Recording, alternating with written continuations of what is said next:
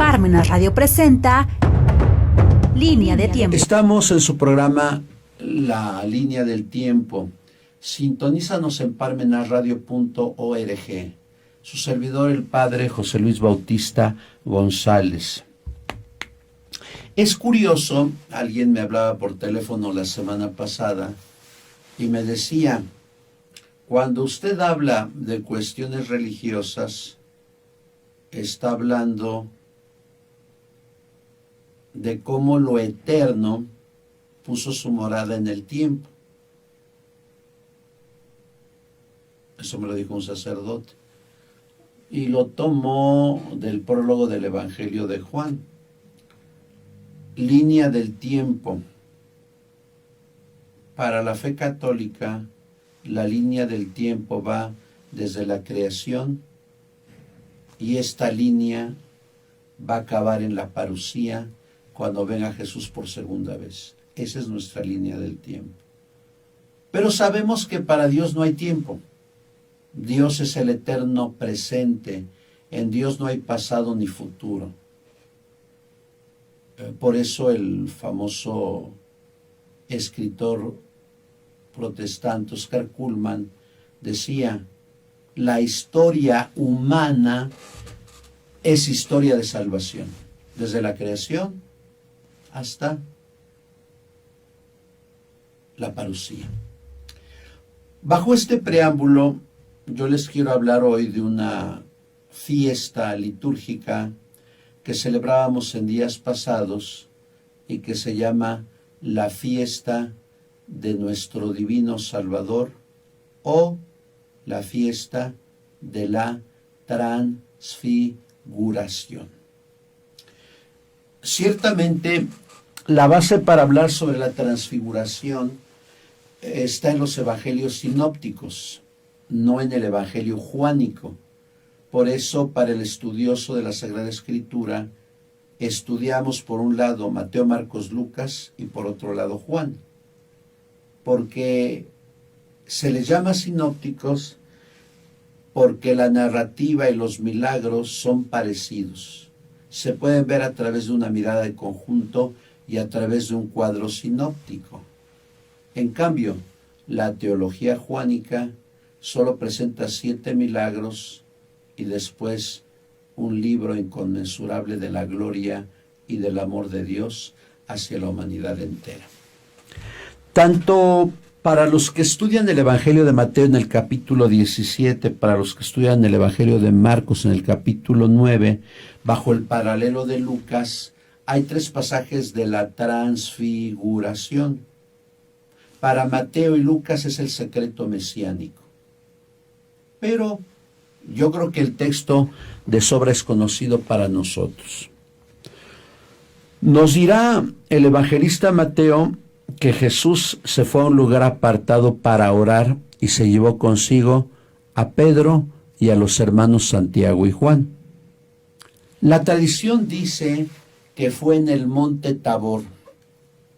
Los que hemos tenido la oportunidad de viajar a Israel o a Egipto o a Jordania, el monte Tabor, uno llega en combi, da la vuelta a la combi hasta llegar al pequeño estacionamiento y uno entra al Tabor. Es maravilloso, es grandioso. Y quienes cuidan el Tabor son los franciscanos. Por ahí está un poblano, el padre Zabaleta, que le mandamos un saludo. Bueno, no sé si todavía esté, porque los van rotando continuamente.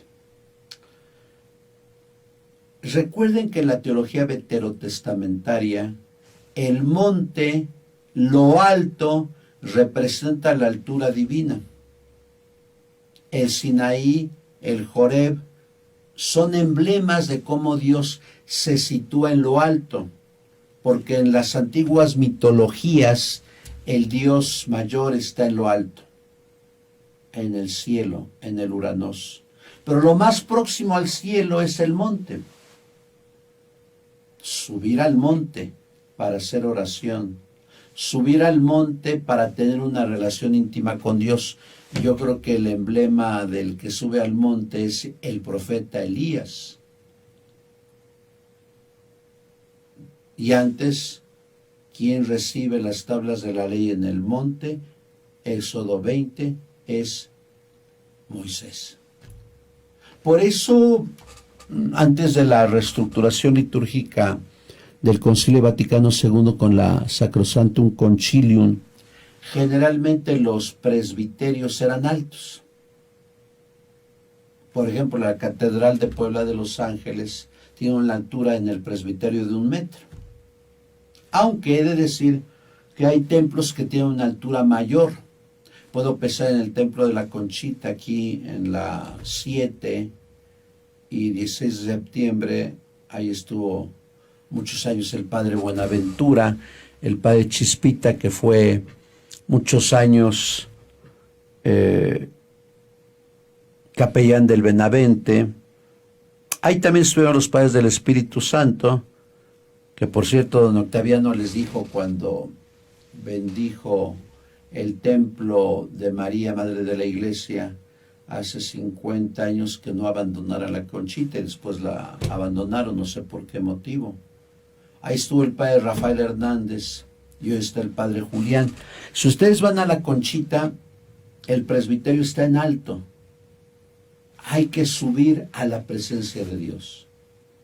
Y Jesús siempre subía al monte para hacer oración y para estar en intimidad con Dios Padre.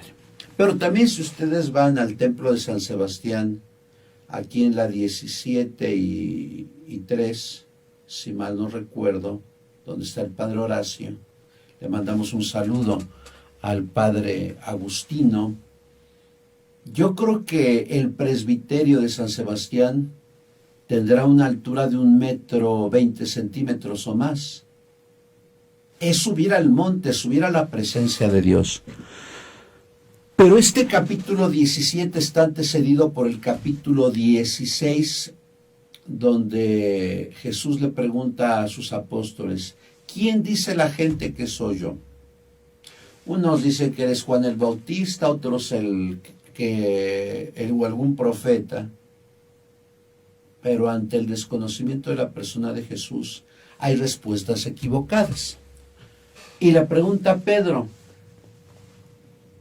¿y qué es lo que contesta Pedro lleno del Ruach divino? Tú eres el Mesías, el Hijo de Dios vivo. Ante el conocimiento exacto de Jesús hay una respuesta acertada.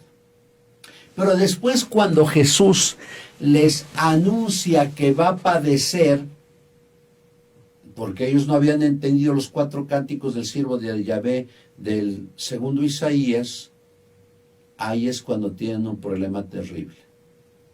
Hasta el día de hoy, el pueblo judío no acepta a un Mesías pacífico que va a morir de una forma trágica como murió Jesús. Y Pedro le dice que no, que eso no le va a pasar. ¿Qué es lo que le dice Jesús? Aléjate de mí, Satanás, porque esto no te lo dijo mi Padre, sino el demonio. Esas son las tretas del demonio. Por eso hace una semana yo hablaba de Hilar Belloc en su libro La crisis de la civilización, donde él identifica la fe es Europa y Europa es la fe. Y la crisis de nuestra civilización es que hemos perdido la fe. ¿Qué visionario era Hilar Belloc? Bueno, vuelvo al punto. Se va con Pedro, que era pescador, con Santiago y Juan, que eran los hijos del Zebedeo y de Salomé, hijos del trueno, y que su papá era dueño de barcas. Y suben al monte Tabor. Hace oración nuestro Señor Jesucristo, y se entiende que también los apóstoles hacen oración con él. Pero de pronto viene algo magnífico, algo grandioso, algo espectacular. Y aquí quiero conjuntar las 3 versiones que tienen elementos distintos, elementos parecidos de Mateo, Marcos y Lucas. De pronto, él transforma su figura y nos dirá que tuvo una blancura que nadie puede igualar sobre la tierra. Transfigurarse, que no es lo mismo que transformarse. Claro, hoy han hecho de la palabra transformar una miseria. Hoy le han quitado el contenido semántico. Dicen que estamos en una transformación, pero yo por más que veo aquí, veo allá, pues yo veo que todo está igual y yo creo que todo está más terrible que antes. Bueno, dejemos a un lado ese concepto tan manipulado hoy por la demagogia. No, transfigurarse es cambiar de figura, de forma. ¿A quién estaba con ellos? Jesús, el carpintero, el hijo de María y de José. De pronto, Jesús dejó ver a sus discípulos su divinidad. ¿Cómo fue ese momento? No lo sabremos nunca, porque San Pedro dirá en su primera carta que él no ha engañado con fábulas, como hacen testigos, mormones, Amistad Cristiana, Luz del Mundo, y unas centenares de iglesias que cuentan fábulas y mitos. No, dice Pedro que él lo vio con sus propios ojos, cómo Jesús se transformó en Dios y cómo escuchó la voz de Dios. La iglesia no engaña. La iglesia relata los acontecimientos que han vivido por testigos del Evangelio, mártir, y que han dado testimonio del Evangelio, martirión. La iglesia no engaña. La iglesia es fiel intérprete de lo que el Padre y el Hijo a través del Espíritu Santo han comunicado. Bueno, de pronto se da este acontecimiento bellísimo y yo creo que Santiago, Pedro y Juan quedaron extasiados con la visión divina. Y esto es lo que nosotros esperamos el día de nuestra muerte. Por eso decía el seráfico Padre Francisco, hermana muerte. La muerte para el cristiano convencido no debe de darnos miedo. Y si estamos enfermos de alguna enfermedad terminal, hay que decir como Francisco, ven, hermana muerte. Claro, no me refiero a la grotesca Santa Muerte, que es una porquería. No, porque al morir vamos a contemplar a Dios. Y vamos a tener la misma visión que les dio un momento Jesús a Pedro, Santiago y Juan. Pero esta visión no se acaba. Visión real. No es imaginaria, no es sugestión colectiva, como hoy muchos pretenden decir que. Es una visión real, permanente, duradera en el corazón de Pedro, Santiago y Juan. Pero de pronto aparecen dos personajes que fueron sustraídos de la historia, porque Dios es Dios y Dios lo puede todo. Nosotros no podemos todo. Bueno, ha habido superhombres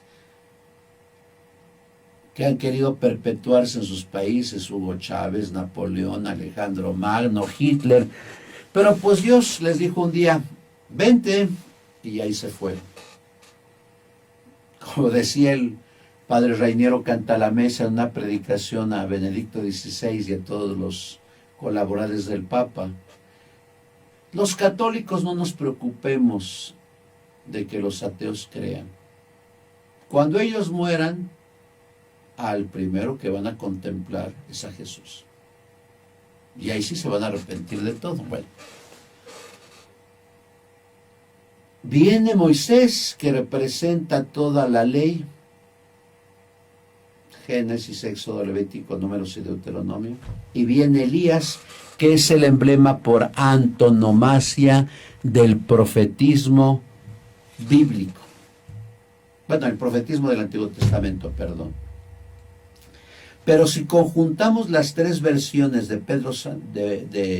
Mateo, Marcos y Lucas, ¿de qué estaban hablando estos dos personajes con Jesús? De lo que había dicho Jesús en el capítulo 16 de Mateo. Hablaban de la muerte que le esperaba a Jesús en Jerusalén. ¿Cómo poder entender teológicamente hablando la presencia de la ley y de los profetas, de la Torá y del Nevín? Que hay consistencia, hay continuidad entre el Antiguo y el Nuevo Testamento. Hay continuidad. Y eso lo debemos entender nosotros. Y si hay continuidad, no hay, como decían los maniqueos y los gnósticos, y hay que leer contra los herejes de Ireneo de León, que a principios del siglo III decía los gnósticos fuchi, porque han hecho una mezcolanza del platonismo, del judaísmo, del cristianismo, que su planteamiento es terrible, parece una ensalada, no una ensalada César, un tipo de ensalada que es difícil de detectar, ¿no? Bueno.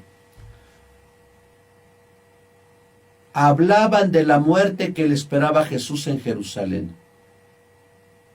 Se ve que los rabinos judíos no habían entendido los 4 cánticos del siervo de Yahvé, en especial el capítulo 4, el cántico 4, capítulo 4, capítulo 52, perdón.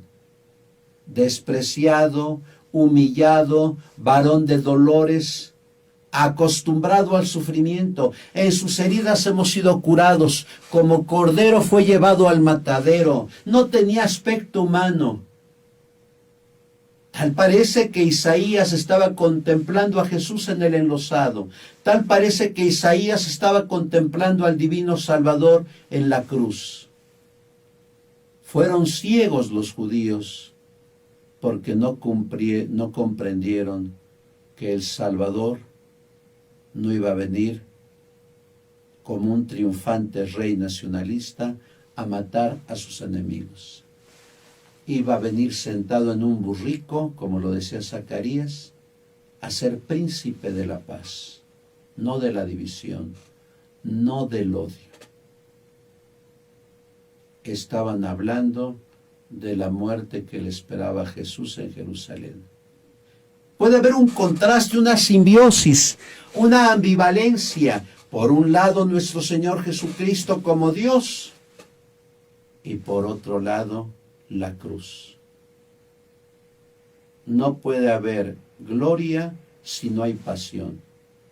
No puede haber triunfo si no hay una aparente derrota. No puede haber resurrección si no hay muerte. Y eso es lo que hizo nuestro Señor. De pronto Pedro, lleno del ruaj divino, como siempre Pedro, le dijo a Jesús: ¡qué bueno es estar aquí! Y esto me hace recordar en mis largos años de experiencia en los hospitales a 3 enfermos. Uno de ortopedia, uno de la UAP y uno de Agua Santa. Que yo creo los 3 estuvieron en el quirófano y que murieron unos segundos.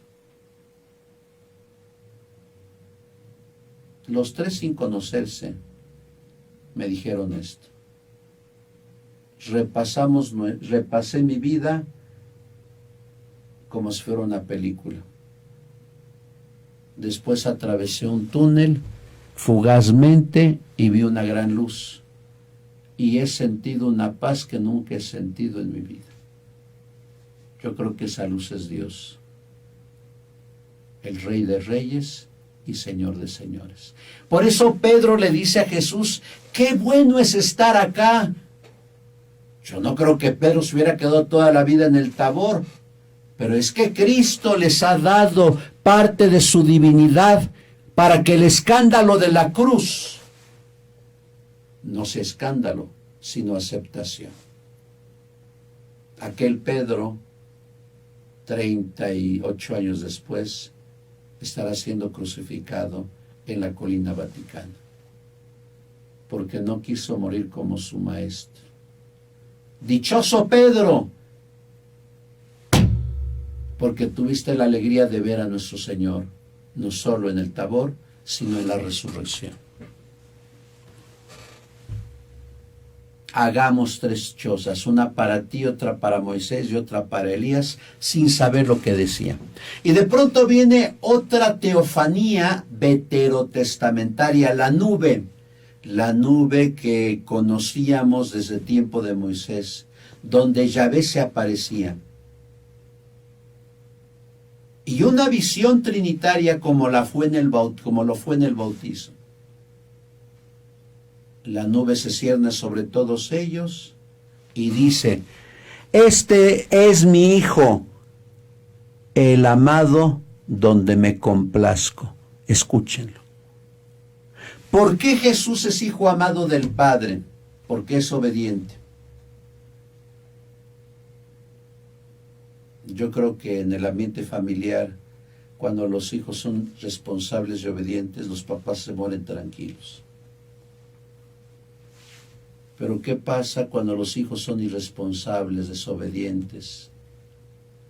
Cuando se dedican a otras cosas no honestas, cuando roban o matan o asesinan, pues los papás se van con ese dolor hasta la tumba. Dios Padre se complace en el Hijo porque el Hijo es obediente. El Hijo no ha venido a hacer su voluntad, sino la voluntad del Padre. El Hijo vino a predicar la palabra, pero ninguna palabra propia. Todo lo que les he dicho se lo he escuchado a mi Padre. El Evangelio de Juan lo dice. Y por ende la Virgen María también. La Virgen María en ninguna aparición presenta un mensaje propio. La Virgen María en el capítulo 2 de Juan, en su papel de intercesora, que dice: hagan lo que Él les diga, no lo que yo les diga. Y si escuchamos al Divino Salvador, Él dirá lo que he escuchado del Padre. Es Hijo amado. ¿Y por qué es Hijo amado? Porque ha sido obediente hasta morir en la cruz. El Hijo ha muerto para rescatar al esclavo. El Hijo ha muerto para rescatar al pecador. Y eso es lo grandioso que tenemos en la fe católica. Que si lo tendríamos que conmensurar, tendríamos que ser felices, no avergonzarnos de nuestra fe, como hoy tristemente la pose en México, y claro, no me refiero a los chocolates, la pose, a los dulces. La postura en México de los intelectuales, entre comillas, no sé quién les puso ese título, y los académicos, es no creer en Dios y no creer en la práctica religiosa. Y muchos de los maestros en la universidad o en bachillerato se burlan de los jóvenes que practican una religión y que creen en Dios. Y hoy todavía se presentan algunos intelectuales en foros académicos a burlarse de la creencia religiosa. O por lo menos ni la mencionan, porque si la mencionan sería pecado grave dentro de las facultades científicas. No. Avergonzarnos de Cristo nunca. Tal vez yo me avergüenzo de mis pecados, pero no me avergonzaré nunca de Cristo, porque Cristo me ha dado todo. Me ha dado padres, familia, salud, trabajo y cruces. Avergonzarme de Cristo nunca. Me avergüenzo de lo malo, pero no de Cristo.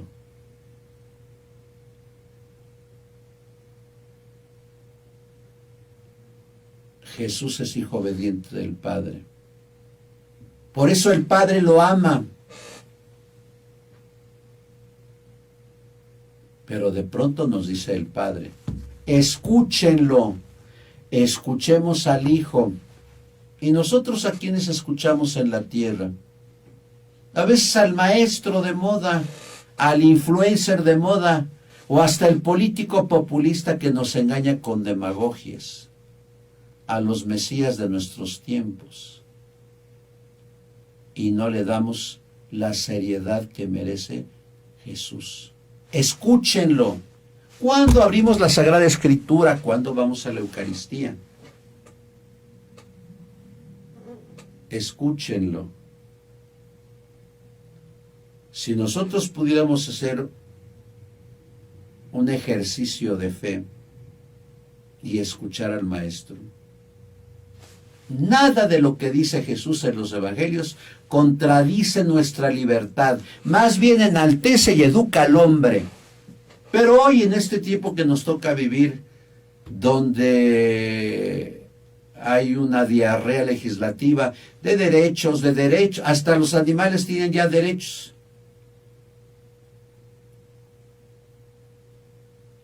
Hoy en México se preocupan más porque matan a un perrito en Chapultepec que los diarios asesinatos que se cometen cuando se mata a un bebito en el vientre materno. Hoy la cultura woke ha inundado a nuestra patria y la sostienen con vileza la equidad de género. Muchos políticos, y la equidad de género no es científica. Presenten un libro científico de la equidad de género. Y todo para complacer a los electores y tener votos a favor. Escúchenlo. Nos está diciendo el mismo Padre, el que nos ha creado, el que nos ha llamado a la vida. Escuchen a mi Hijo. Y si le preguntamos a Jesús, por medio del evangelista Juan, cuenta una tradición que está consignada en Historia Eclesiástica de Eusebio de Cesarea, que cuando al anciano Juan le preguntaban, Maestro, dinos qué decía el Maestro. Y Juan repetía una y otra vez, amaos los unos a los otros. Si esta generación que nos toca vivir entendería la palabra amor, no habría invasión en Ucrania, no habría exterminio en Yemen, no habría exterminio en Líbano, no habría tantos muertos en México, no habría narcotráfico, no habría guachicoleros, no habría profesionistas que sean deshonestos, ni sacerdotes que sean deshonestos. Si pudiéramos vivir esta expresión de nuestro Señor Jesucristo, amaos los unos a los otros, o de la forma que quieres que te traten, trata, Mateo capítulo 7, versículo 12. Hay tanto que escucharle a Jesús en los evangelios, escúchenlo. De pronto se acabó la visión. Pedro, Santiago y Juan estaban atemorizados en el suelo y de pronto Jesús los tocó. Y aquí viene el secreto mesiánico. No se lo digan a nadie hasta que el Hijo del Hombre haya resucitado entre los muertos. Es decir, la comprensión de la transfiguración será una realidad cuando Jesús resucite. Cuando sus amigos comprendan que aquel predicador de pequeños pueblos era Dios, cuando sus amigos comprendan que aquel hijo de María y del carpintero era Dios, cuando sus amigos comprendan que lo gestado en el seno de la Virgen María era verdadero Dios y verdadero hombre. Finalmente, como dice Martín Luis Descalzo en su segundo tomo, Vida y Misterio de Jesús de Nazaret, cuando Jesús les dice a sus amigos, aquel domingo 9 de abril del año 30, la paz esté con ustedes, les enseña las huellas de su lucha contra el demonio, les enseña las huellas de su pasión dolorosa, pero también les enseña las huellas de su victoria. El camino de la resurrección será la cruz. Si tal vez los poetas, pintores y escultores nos han transmitido a un Cristo crucificado, a un Cristo en la columna, a un Cristo sufriendo, ha sido para que nos recuerden a cada momento, mira lo que hizo Jesús por ti, porque te ama. Y nosotros lo hemos olvidado, pero tal vez yo pensaría que la mejor imagen que deberíamos de tener de Jesús es la de un Cristo resucitado. un Cristo glorificado, un Cristo que nos invita a vivir la maravilla del amor en la gloria. Por eso, finalmente, ante esta evocación de la transfiguración de nuestro Señor, no tengamos miedos a las cruces. La falta de trabajo, la muerte de un ser querido, la enfermedad, el dolor, la decepción. No, yo creo que Cristo nos enseñó el camino de la cruz. El camino de la cruz transforma, como lo decía Edith Stein, verdadera doctora en filosofía, judía conversa al catolicismo, cuando examinó el pensamiento de San Juan de la Cruz y le llamó Scientia Crucis, la ciencia de la cruz. La cruz es verdadera ciencia, que está por el alto de las matemáticas, de la lógica, de la trigonometría plana, porque les pregunto a ustedes, ¿quién nos ha ayudado en los momentos más difíciles? En los momentos de soledad, en los momentos de enfermedad, en los momentos de angustia. ¿Nos ayudó nuestra profesión, contaduría, derecho, medicina? No. ¿Nos ayudó la inteligencia artificial? Tampoco. ¿Quién es el único que nos ha ayudado? Jesús, a través de la oración. Por eso, al contemplar el camino de la cruz en la muerte del Señor, no lo contemplemos autónomamente, sino junto a su resurrección.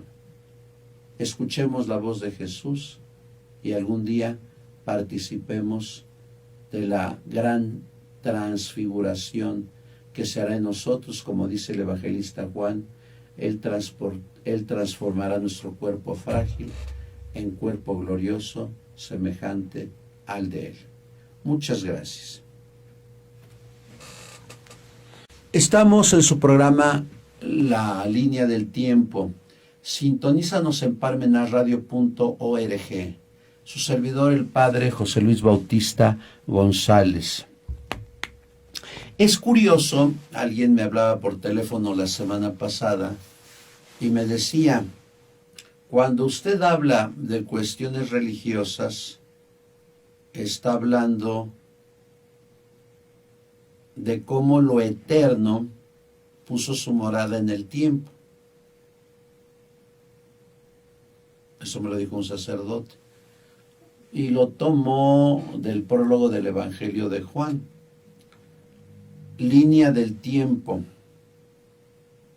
Para la fe católica, la línea del tiempo va desde la creación y esta línea va a acabar en la parusía cuando venga Jesús por segunda vez. Esa es nuestra línea del tiempo. Pero sabemos que para Dios no hay tiempo. Dios es el eterno presente. En Dios no hay pasado ni futuro.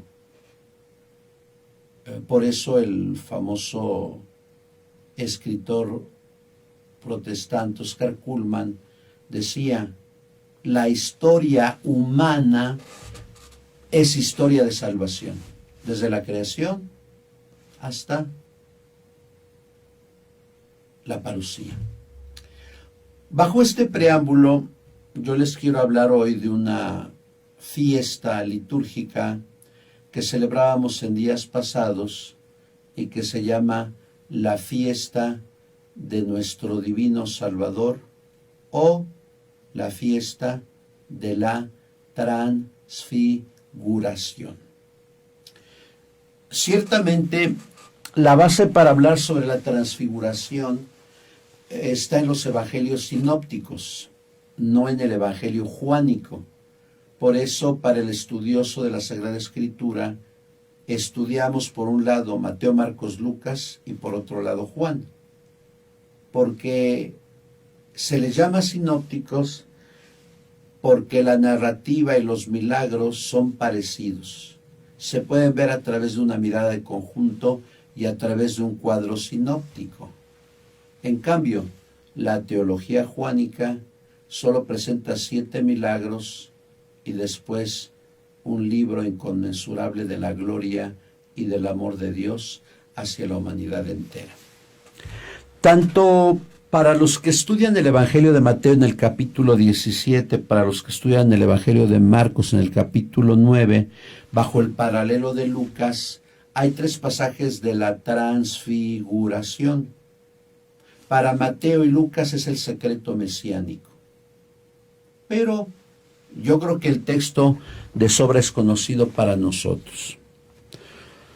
Nos dirá el evangelista Mateo que Jesús se fue a un lugar apartado para orar y se llevó consigo a Pedro y a los hermanos Santiago y Juan. La tradición dice que fue en el monte Tabor.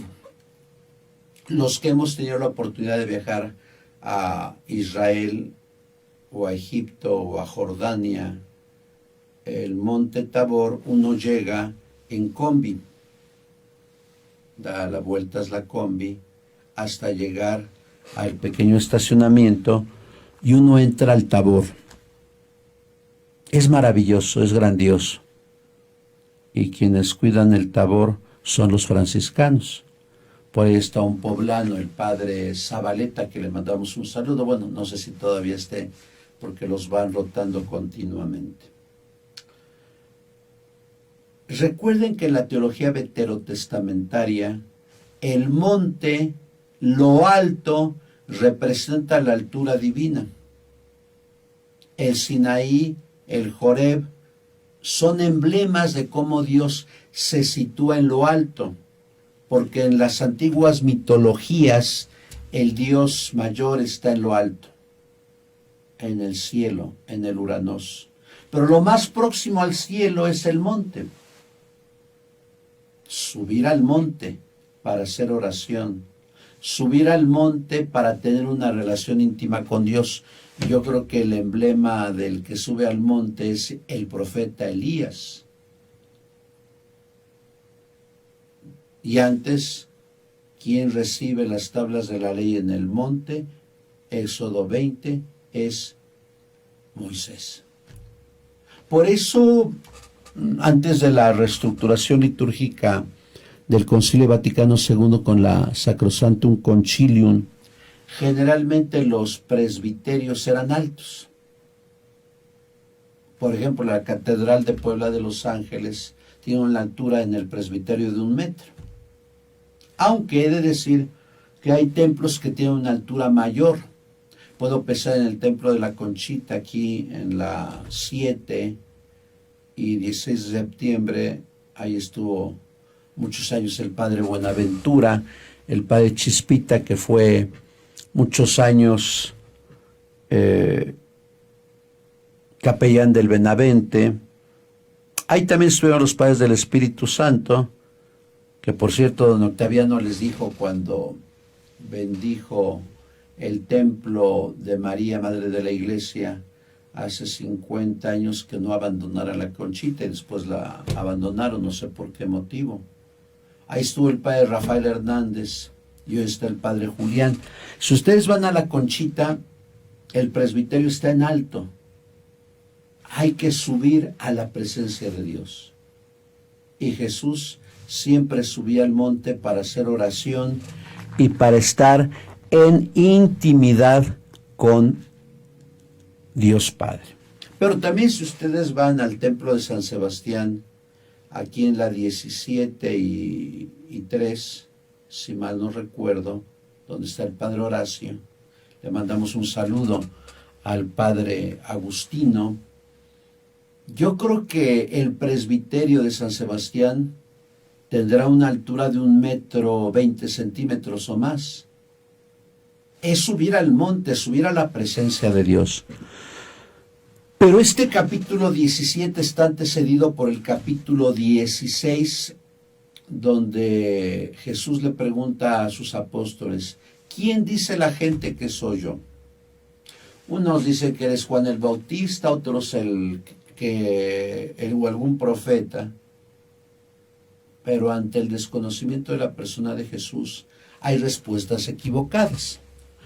Y le pregunta a Pedro,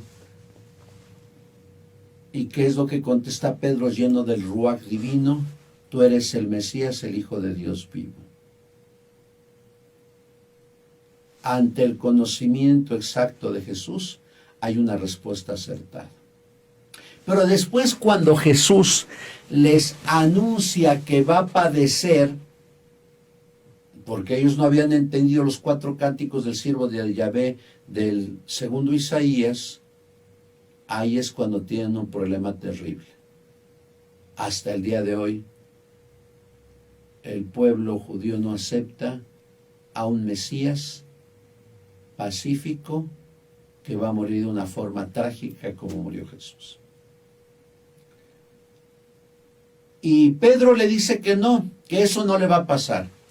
¿Qué es lo que le dice Jesús? Aléjate de mí, Satanás, porque esto no te lo dijo mi Padre, sino el demonio. Esas son las tretas del demonio. Por eso hace una semana yo hablaba de Hilar Belloc en su libro La crisis de la civilización, donde él identifica la fe es Europa y Europa es la fe. Y la crisis de nuestra civilización es que hemos perdido la fe. ¿Qué visionario era Hilar Belloc? Bueno, vuelvo al punto. Se va con Pedro, que era pescador, con Santiago y Juan, que eran los hijos del Zebedeo y de Salomé, hijos del trueno, y que su papá era dueño de barcas. Y suben al monte Tabor. Hace oración nuestro Señor Jesucristo, y se entiende que también los apóstoles hacen oración con él. Pero de pronto viene algo magnífico, algo grandioso, algo espectacular. Y aquí quiero conjuntar las 3 versiones que tienen elementos distintos, elementos parecidos de Mateo, Marcos y Lucas. De pronto, él transforma su figura y nos dirá que tuvo una blancura que nadie puede igualar sobre la tierra. Transfigurarse, que no es lo mismo que transformarse. Claro, hoy han hecho de la palabra transformar una miseria. Hoy le han quitado el contenido semántico.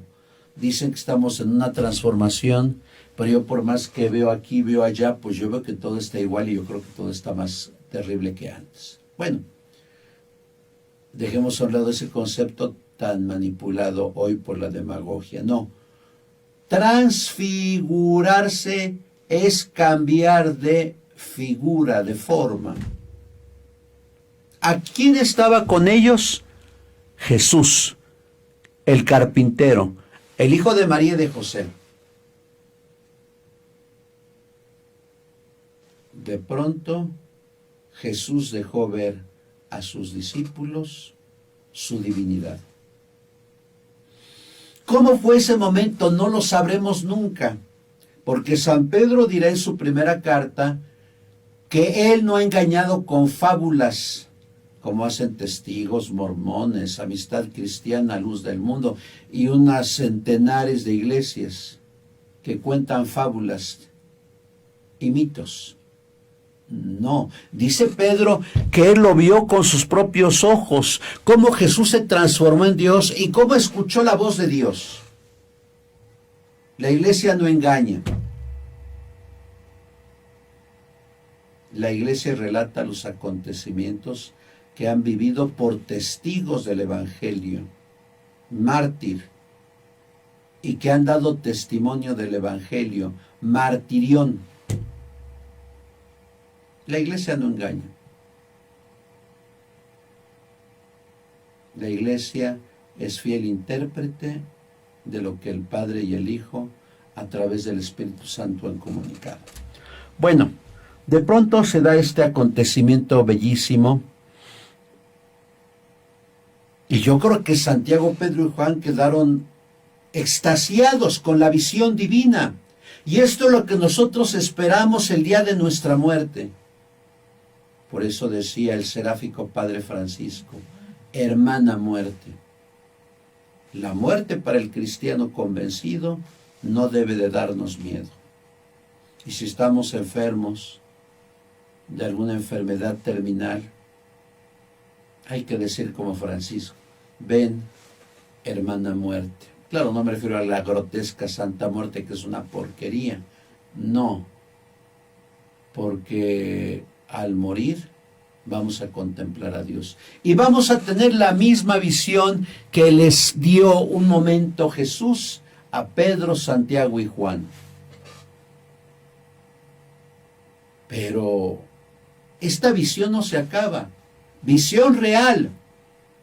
No es imaginaria, no es sugestión colectiva, como hoy muchos pretenden decir que. Es una visión real, permanente, duradera en el corazón de Pedro, Santiago y Juan. Pero de pronto aparecen dos personajes que fueron sustraídos de la historia, porque Dios es Dios y Dios lo puede todo. Nosotros no podemos todo. Bueno, ha habido superhombres que han querido perpetuarse en sus países, Hugo Chávez, Napoleón, Alejandro Magno, Hitler, pero pues Dios les dijo un día, vente, y ahí se fueron. Como decía el padre Rainiero Cantalamessa en una predicación a Benedicto XVI y a todos los colaboradores del Papa, los católicos no nos preocupemos de que los ateos crean. Cuando ellos mueran, al primero que van a contemplar es a Jesús. Y ahí sí se van a arrepentir de todo. Bueno,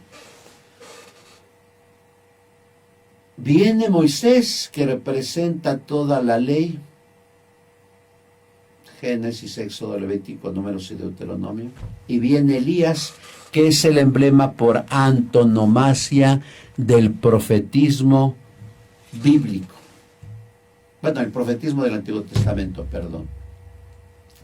Pero si conjuntamos las tres versiones de de Mateo, Marcos y Lucas, ¿de qué estaban hablando estos dos personajes con Jesús? De lo que había dicho Jesús en el capítulo 16 de Mateo. Hablaban de la muerte que le esperaba a Jesús en Jerusalén. ¿Cómo poder entender teológicamente hablando la presencia de la ley y de los profetas, de la Torá y del Nevín? Que hay consistencia, hay continuidad entre el Antiguo y el Nuevo Testamento. Hay continuidad. Y eso lo debemos entender nosotros. Y si hay continuidad, no hay, como decían los maniqueos y los gnósticos, y hay que leer contra los herejes de Ireneo de León, que a principios del siglo III decía los gnósticos fuchi, porque han hecho una mezcolanza del platonismo, del judaísmo, del cristianismo, que su planteamiento es terrible, parece una ensalada, no una ensalada César, un tipo de ensalada que es difícil de detectar, ¿no? Bueno. Hablaban de la muerte que le esperaba a Jesús en Jerusalén. Se ve que los rabinos judíos no habían entendido los 4 cánticos del siervo de Yahvé, en especial el capítulo 4, el cántico 4, capítulo 4, capítulo 52, perdón. Despreciado, humillado, varón de dolores, acostumbrado al sufrimiento, en sus heridas hemos sido curados, como cordero fue llevado al matadero, no tenía aspecto humano. Tal parece que Isaías estaba contemplando a Jesús en el enlosado, tal parece que Isaías estaba contemplando al divino Salvador en la cruz. Fueron ciegos los judíos, porque no comprendieron que el Salvador no iba a venir como un triunfante rey nacionalista a matar a sus enemigos. Iba a venir sentado en un burrico, como lo decía Zacarías, a ser príncipe de la paz, no de la división, no del odio. Estaban hablando de la muerte que le esperaba a Jesús en Jerusalén. Puede haber un contraste, una simbiosis, una ambivalencia. Por un lado, nuestro Señor Jesucristo como Dios, y por otro lado, la cruz. No puede haber gloria si no hay pasión. No puede haber triunfo si no hay una aparente derrota. No puede haber resurrección si no hay muerte. Y eso es lo que hizo nuestro Señor. De pronto Pedro, lleno del ruaj divino, como siempre Pedro, le dijo a Jesús: qué bueno es estar aquí. Y esto me hace recordar en mis largos años de experiencia en los hospitales a 3 enfermos. Uno de ortopedia, uno de la UAP y uno de Agua Santa. Que yo creo los 3 estuvieron en el quirófano y que murieron unos segundos. Los 3 sin conocerse me dijeron esto. Repasé mi vida como si fuera una película. Después atravesé un túnel fugazmente y vi una gran luz. Y he sentido una paz que nunca he sentido en mi vida. Yo creo que esa luz es Dios, el Rey de Reyes y Señor de Señores. Por eso Pedro le dice a Jesús: qué bueno es estar acá.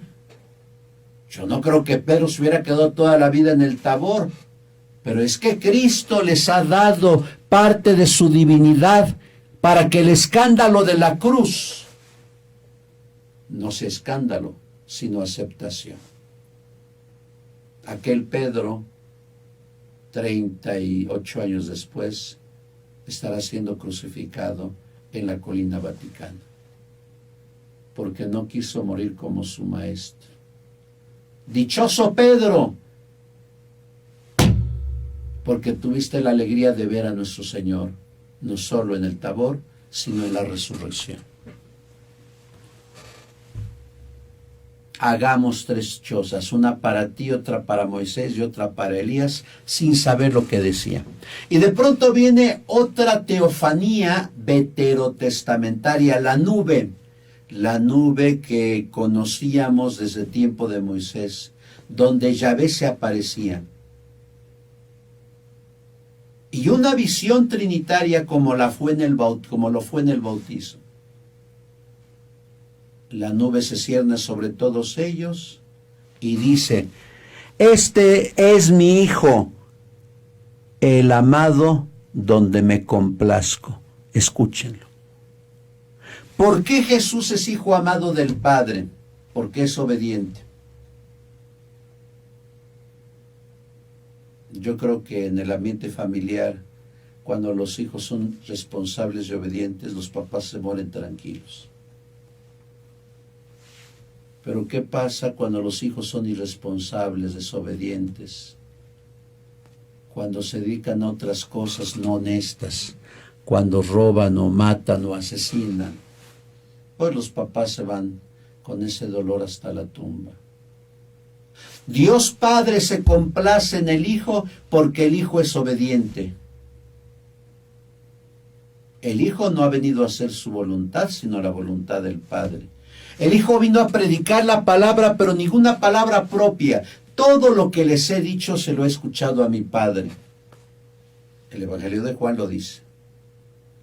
Y por ende la Virgen María también. La Virgen María en ninguna aparición presenta un mensaje propio.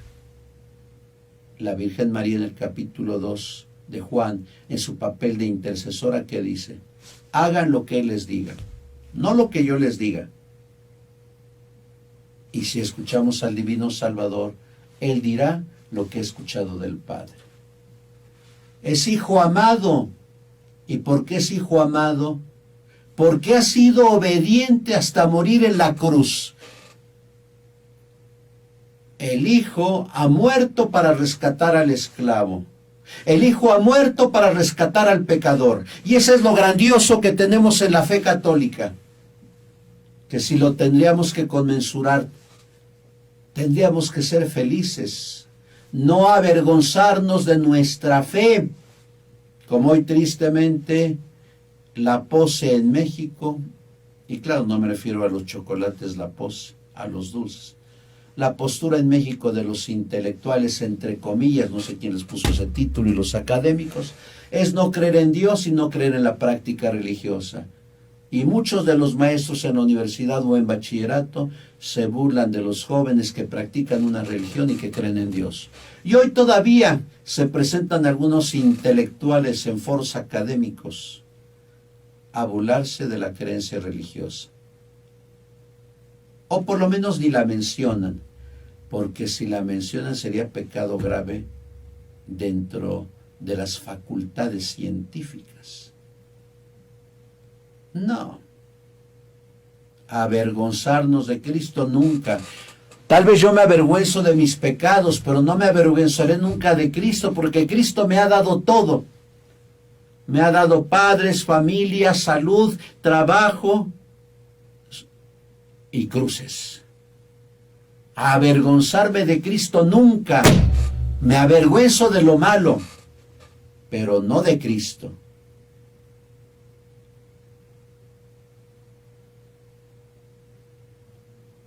Jesús es hijo obediente del Padre. Por eso el Padre lo ama.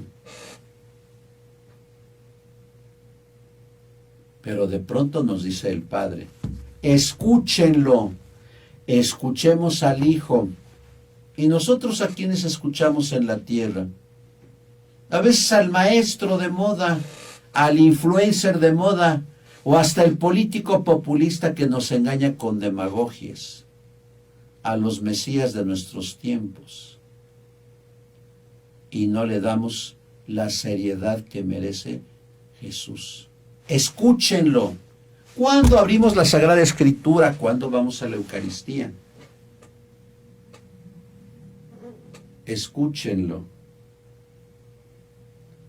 Si nosotros pudiéramos hacer un ejercicio de fe y escuchar al Maestro, nada de lo que dice Jesús en los evangelios contradice nuestra libertad, más bien enaltece y educa al hombre.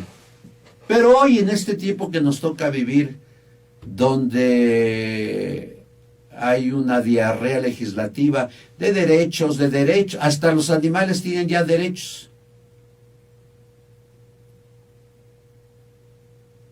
Hoy en México se preocupan más porque matan a un perrito en Chapultepec que los diarios asesinatos que se cometen cuando se mata a un bebito en el vientre materno. Hoy la cultura woke ha inundado a nuestra patria y la sostienen con vileza la equidad de género. Muchos políticos, y la equidad de género no es científica.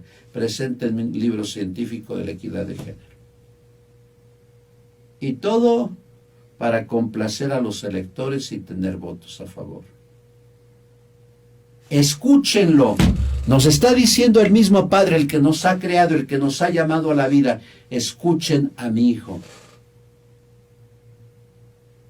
Y si le preguntamos a Jesús, por medio del evangelista Juan, cuenta una tradición que está consignada en Historia Eclesiástica de Eusebio de Cesarea, que cuando al anciano Juan le preguntaban, Maestro, dinos qué decía el Maestro.